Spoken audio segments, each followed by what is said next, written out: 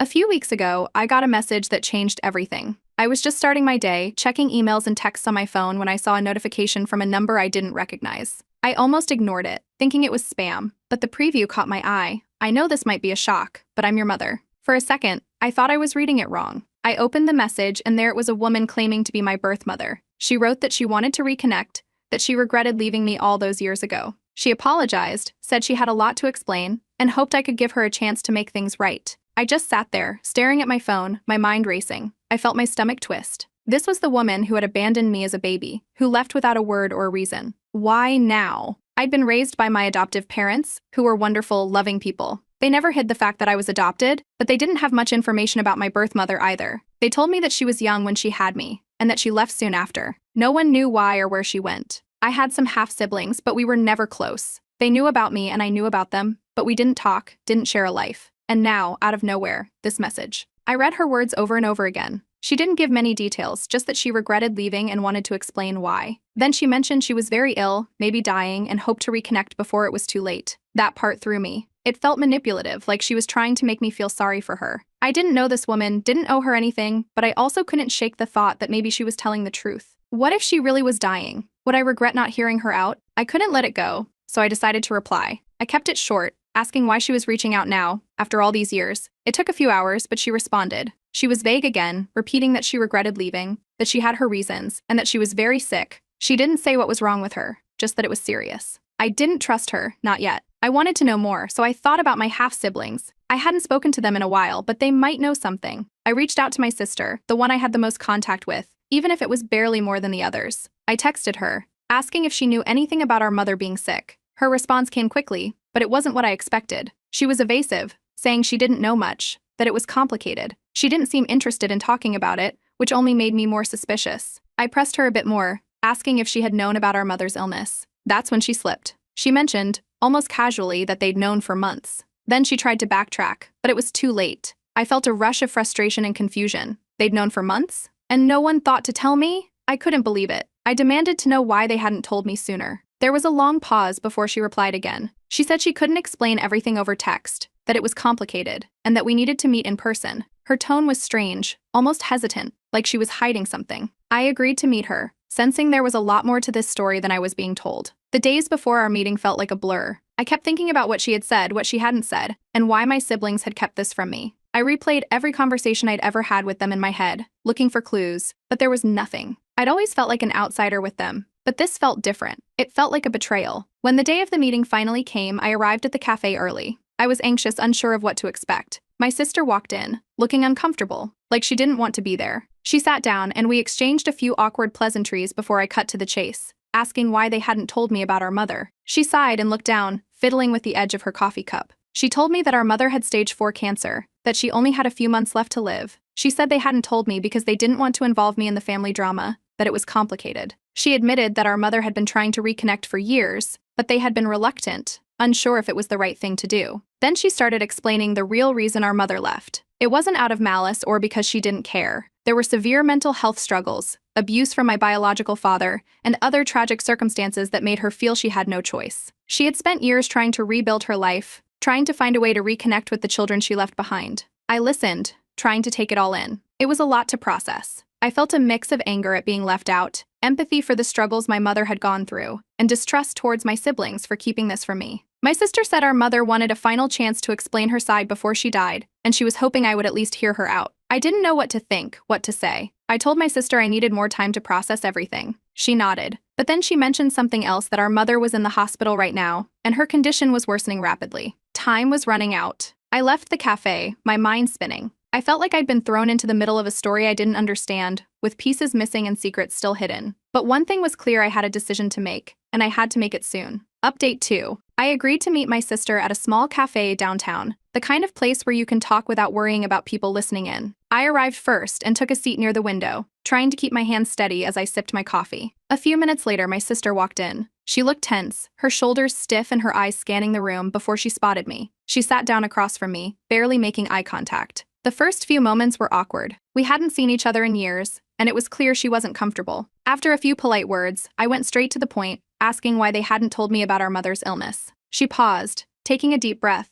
and finally told me the truth: our mother had stage 4 cancer. She had only a few months left, maybe less. My sister explained that they didn't tell me sooner because they weren't sure how to handle it. They thought it might be easier for me not to know, given all the complicated family dynamics. I sat there, processing what she was saying. My sister continued, explaining that our mother had been trying to reconnect with me for years, but they had been reluctant to let her back into their lives, and especially into mine. They weren't sure if I would want to meet her, given the circumstances of my birth and her abandonment. Then, she started to share some of the things I hadn't known, things that painted a very different picture of the woman I thought I knew. She explained that our mother hadn't left me out of malice or because she didn't care. There was a history of severe mental health struggles that had gone untreated for years. Our biological father had been abusive, not just emotionally but physically too. There had been threats, violence, and fear. Our mother had been trapped in a toxic situation, and leaving was her way of surviving. She thought that giving me up was the best way to protect me, to give me a chance at a better life than she could provide at the time. My sister talked about how our mother had spent years trying to rebuild her life after she left. She had gone through therapy, worked on her mental health, and tried to create a stable environment for herself and the children she still had contact with.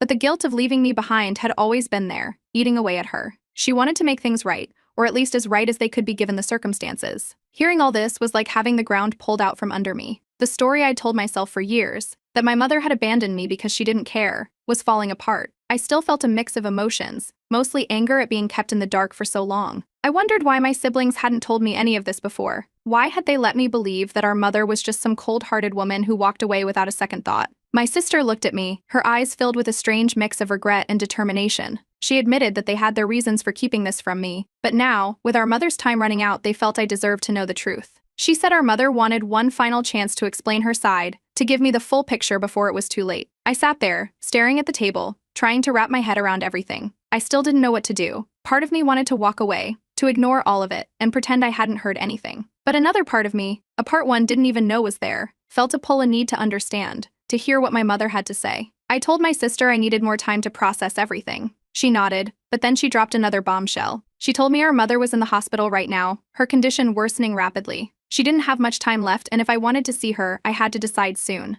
I felt a rush of panic, like the walls were closing in. Time was running out, and I still didn't know what I wanted to do. I left the cafe, my head spinning with everything I'd just heard. I had come looking for answers, but all I had now were more questions. The drive home was a blur. I couldn't focus on anything. I kept hearing my sister's words over and over again: stage 4 cancer, only months left, maybe less. I thought about my mother lying in a hospital bed, alone, waiting. Did she even deserve to have me come? What would I say to her if I did? I parked outside my apartment and just sat in the car for a long time, staring at the steering wheel. I knew I had to make a decision, and soon. But every time I thought I had my mind made up, doubt would creep in. I needed to know more, to understand why my mother had left, why she was reaching out now, and if any of this was even worth reopening old wounds. I finally decided that I would go to the hospital. I wasn't ready to forgive her, not yet, but I needed to hear her side of the story, face to face. I needed to see her, to understand what kind of person she really was. Maybe it would help me make sense of everything. Maybe it wouldn't. But I knew I couldn't live with the what-ifs hanging over me forever. I sent my sister a message telling her I was going to the hospital. She replied quickly, saying she'd meet me there. I took a deep breath, trying to steady my nerves. It felt like I was about to walk into something huge, something that could change everything. And I was right. Update 3. The decision to visit the hospital wasn't easy. I spent the night tossing and turning, replaying everything my sister had told me, trying to make sense of it all. By morning, I still wasn't sure if I was making the right choice, but I knew I had to go. I had to see her, to get some answers. The drive to the hospital felt like it took forever. My mind kept jumping between thoughts. I kept thinking about what my mother might look like now, what kind of person she had become, and what I would say when I saw her. I barely remembered anything about her from my childhood, just blurry images that didn't mean much. But I did remember the feeling of being left behind, the questions I asked that never had answers, the looks of pity from other kids when they found out I didn't know who my real mom was. I pulled into the hospital parking lot, feeling a mix of anxiety and something else I couldn't quite name. I walked through the entrance, the sterile smell hitting me immediately, and asked the receptionist for her room. She gave me a room number and pointed me down a long hallway. I found myself walking slowly, almost dragging my feet, as if I could delay what was coming if I just took my time. When I reached her door, I paused for a moment, my hand on the handle. I could hear the faint beeping of machines inside, the quiet murmur of voices. I took a deep breath and pushed the door open. The room was small, with a single bed and a few chairs. My mother was lying there, looking frail and much older than I'd imagined. Her skin was pale, and she had dark circles under her eyes. For a second, I didn't recognize her. Then, she looked up and saw me. Her eyes widened, and I could see a mix of emotions in them: surprise, fear, maybe hope. The tension in the room was thick, almost suffocating. I stepped closer, not sure what to say or where to start. She opened her mouth to speak, but no words came out at first. She seemed to be struggling to find the right words, just as much as I was. Finally, she managed to say my name, her voice barely above a whisper. Hearing her say it was strange, like hearing a word in a foreign language that I hadn't spoken in years. She started to talk, her voice shaky, explaining everything she could. She spoke about the years before I was born, about meeting my biological father, and how things seemed fine at first but quickly turned toxic. She described the threats, the fear, and the abuse. She told me about the mental breakdown she had, how she felt trapped, and how she'd been convinced that leaving was the only way to protect me. She'd been young, scared, and confused. She thought I would be better off without her, that I'd have a chance at a normal life if she wasn't in the picture. As she talked, I listened, trying to piece together the story she was telling. She didn't try to make excuses, she just laid it all out there. There were moments when she choked up, tears in her eyes, but she kept going. I could see the regret on her face, hear the pain in her voice. She explained how she'd spent years trying to get better, trying to find a way back to me,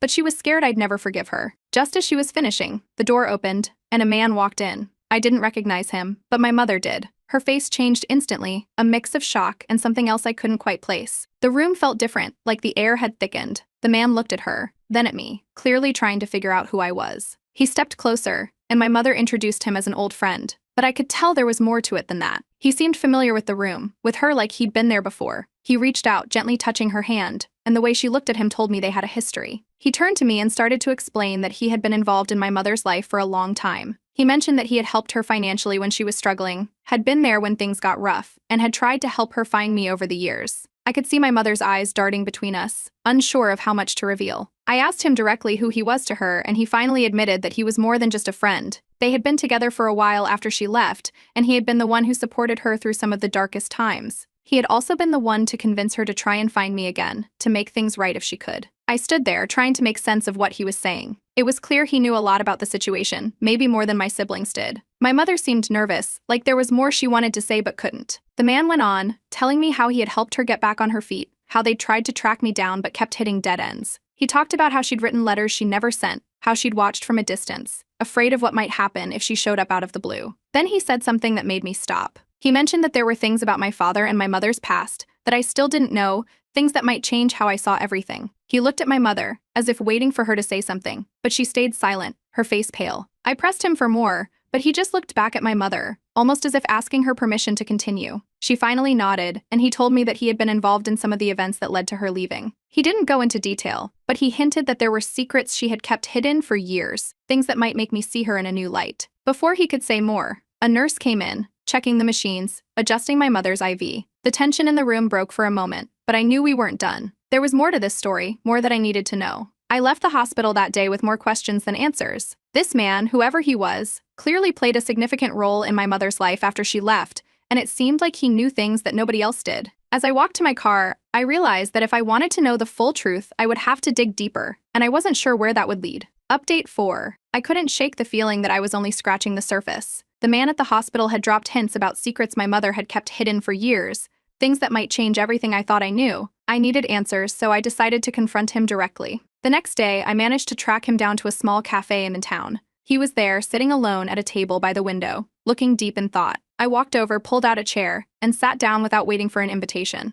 I got straight to the point, demanding to know what he meant about my mother's past and the secrets she had kept. He looked up, startled at first, but then sighed, and seemed to resign himself to the conversation. He told me more about what my mother had gone through, about the abuse from my biological father, how she had been manipulated and controlled for years. He mentioned that she had tried to escape several times, but every attempt had been met with threats or violence. He went on to explain that after she left, she had struggled to make ends meet. She didn't have much support, and her mental health was fragile. He had met her during this time and had helped her get back on her feet. But then he dropped another bombshell: my mother had another child after she left me, a child she had also given up for adoption. I felt a jolt of shock at that. Another sibling out there somewhere, someone I'd never even heard of. He continued, revealing that my mother had also faced financial troubles I never knew about. She had gotten involved with some bad people, trying to make ends meet, and had racked up debts that she couldn't pay back. There were hints of a darker family history, things that went back generations, secrets that my mother had been trying to outrun her whole life. I listened carefully, piecing together what he was telling me. It seemed like every time I thought I had the full story, there was another layer, another twist. I knew I had to confront my siblings again. They'd been hiding things from me, and I needed to know why. I called a family meeting, insisting we all get together.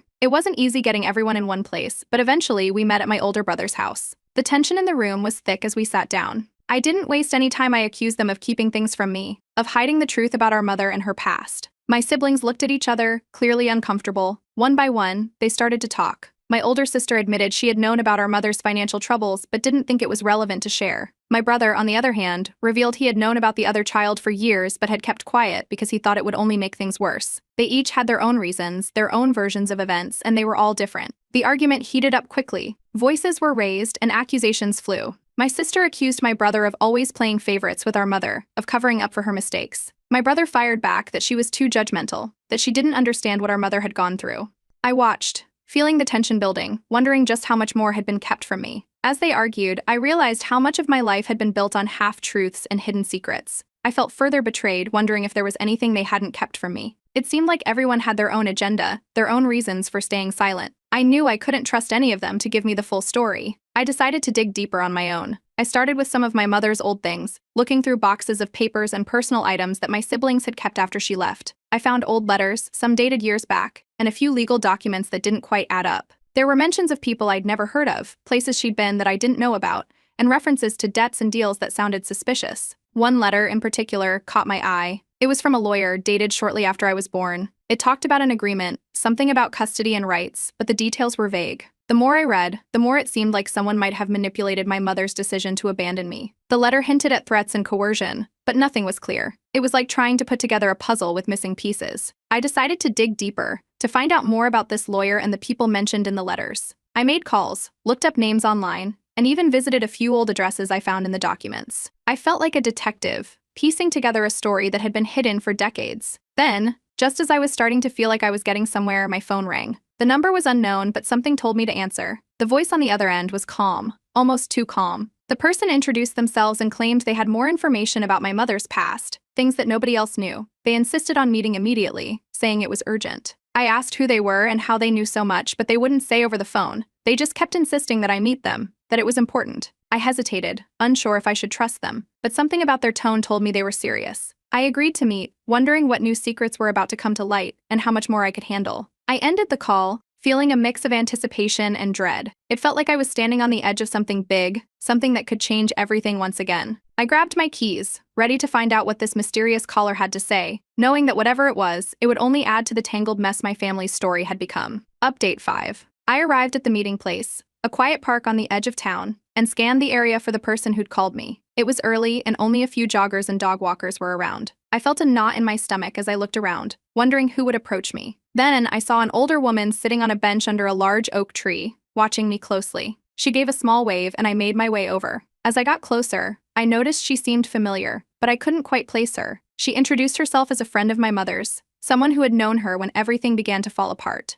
She explained that she had been out of the picture for years, but when she heard about my mother's situation, she felt she had to reach out. She said there were things I needed to know, things that would change how I saw everything. She started talking, revealing that my mother had been caught up in something much darker than I'd imagined. My mother hadn't just been a victim of domestic abuse, she had been pulled into a web of crime and corruption that went deeper than I could have guessed. My biological father had been involved in illegal activities, drug trafficking, money laundering, and even human trafficking. He'd used threats and violence to control my mother, forcing her to stay silent and complicit. When my mother finally decided to leave him, he hadn't let her go easily. He had used every means at his disposal to blackmail her, threatening to harm her, me, and even my half-siblings if she didn't comply. The woman went on to explain that my mother had tried to protect us in the only way she knew how. She'd agreed to give me up because my father had threatened to kill me if she didn't leave without me. He had wanted to keep me as leverage, a way to keep her under his control. So my mother made the hardest choice she could to leave me behind, hoping it would be enough to save my life. As I listened, I started to see my mother's actions in a different light. She had been coerced, blackmailed, and terrorized into giving me up. It wasn't because she didn't love me or didn't want me, it was because she was trying to keep me safe. The woman continued, revealing that my siblings had also been victims in their own ways. They had seen things, experienced things that no child should. They had their own traumas, their own reasons for hiding the truth from me. I felt like a puzzle was slowly coming together in my mind, pieces falling into place that I hadn't even known were missing. My mother's past was more complicated and darker than I'd ever imagined, filled with choices that no one should have to make. The woman looked at me, her eyes filled with a kind of sadness, and said that she hoped I could find some peace in knowing the truth. I thanked her for telling me and left the park, my mind spinning with everything I had learned. I drove straight to the hospital, needing to see my mother one last time, to confront her, to find out if there was anything else I needed to know. When I got there, I saw my sister in the hallway, her face pale and worried. She told me our mother's condition had gotten worse overnight. The doctors didn't think she had much time left. I walked into the room, and my mother was there, lying in bed, looking weaker than ever. Her breathing was shallow, and she looked so fragile, like she could break at any moment. I sat down next to her, taking a deep breath, and began to speak. I told her everything the woman had revealed, every detail, and asked if it was true. She nodded slowly, tears in her eyes, and began to explain in a quiet, strained voice. She told me about the threats, the fear, the choices she had to make. She admitted she wasn't proud of what she'd done, but she had felt like there was no other way. She apologized, over and over, saying she wished things had been different, that she could have kept me with her. I listened, trying to take it all in, trying to understand the person she had been, the person she was now. She seemed so small, so broken, and I could see the regret in her eyes, the pain that had been there for so long. She asked me if I could ever forgive her, if I could let go of the anger and find a way to move forward. I sat there for a long time, not saying anything, just thinking. I thought about everything I had learned, about the lies, the secrets, the things that had been kept from me. I thought about my siblings and their own pain, about the choices they had made to protect themselves. And I thought about my mother, and how she had tried, in her own way, to protect me. Finally, I took her hand and told her that I forgave her. I wasn't sure if I fully meant it, but I knew it was what she needed to hear. I told her that I understood, that I saw now how hard it must have been for her, how trapped she must have felt. I told her that I would try to make peace with it all, to find a way to move forward. She looked at me, her eyes filled with tears, and whispered thank you. She squeezed my hand weakly, and I sat with her, feeling the weight of everything that had happened, the years of silence and misunderstanding. I didn't know what would come next, but I knew I had made the choice that felt right in that moment. A few hours later, my mother passed away, quietly, with me and my siblings by her side. It was strange, feeling both a sense of loss and a kind of relief. I left the hospital knowing that I had done what I could, that I had tried to understand, to forgive, even if there were still things I might never fully grasp. In the days that followed, I had to decide what to do with the rest of my family, with my siblings who had kept so much from me. I wasn't sure if I could ever fully trust them again, but I didn't want to sever the connection completely. There were too many unanswered questions, too many loose threads that still needed to be tied up. So I chose to keep the door open, to see if we could rebuild something from the mess of our shared past. I didn't know if it would work, but I was willing to try. Some mysteries might remain unsolved, some wounds might never fully heal, but I decided that I wouldn't let the past define my future. And maybe, just maybe, that was enough for now.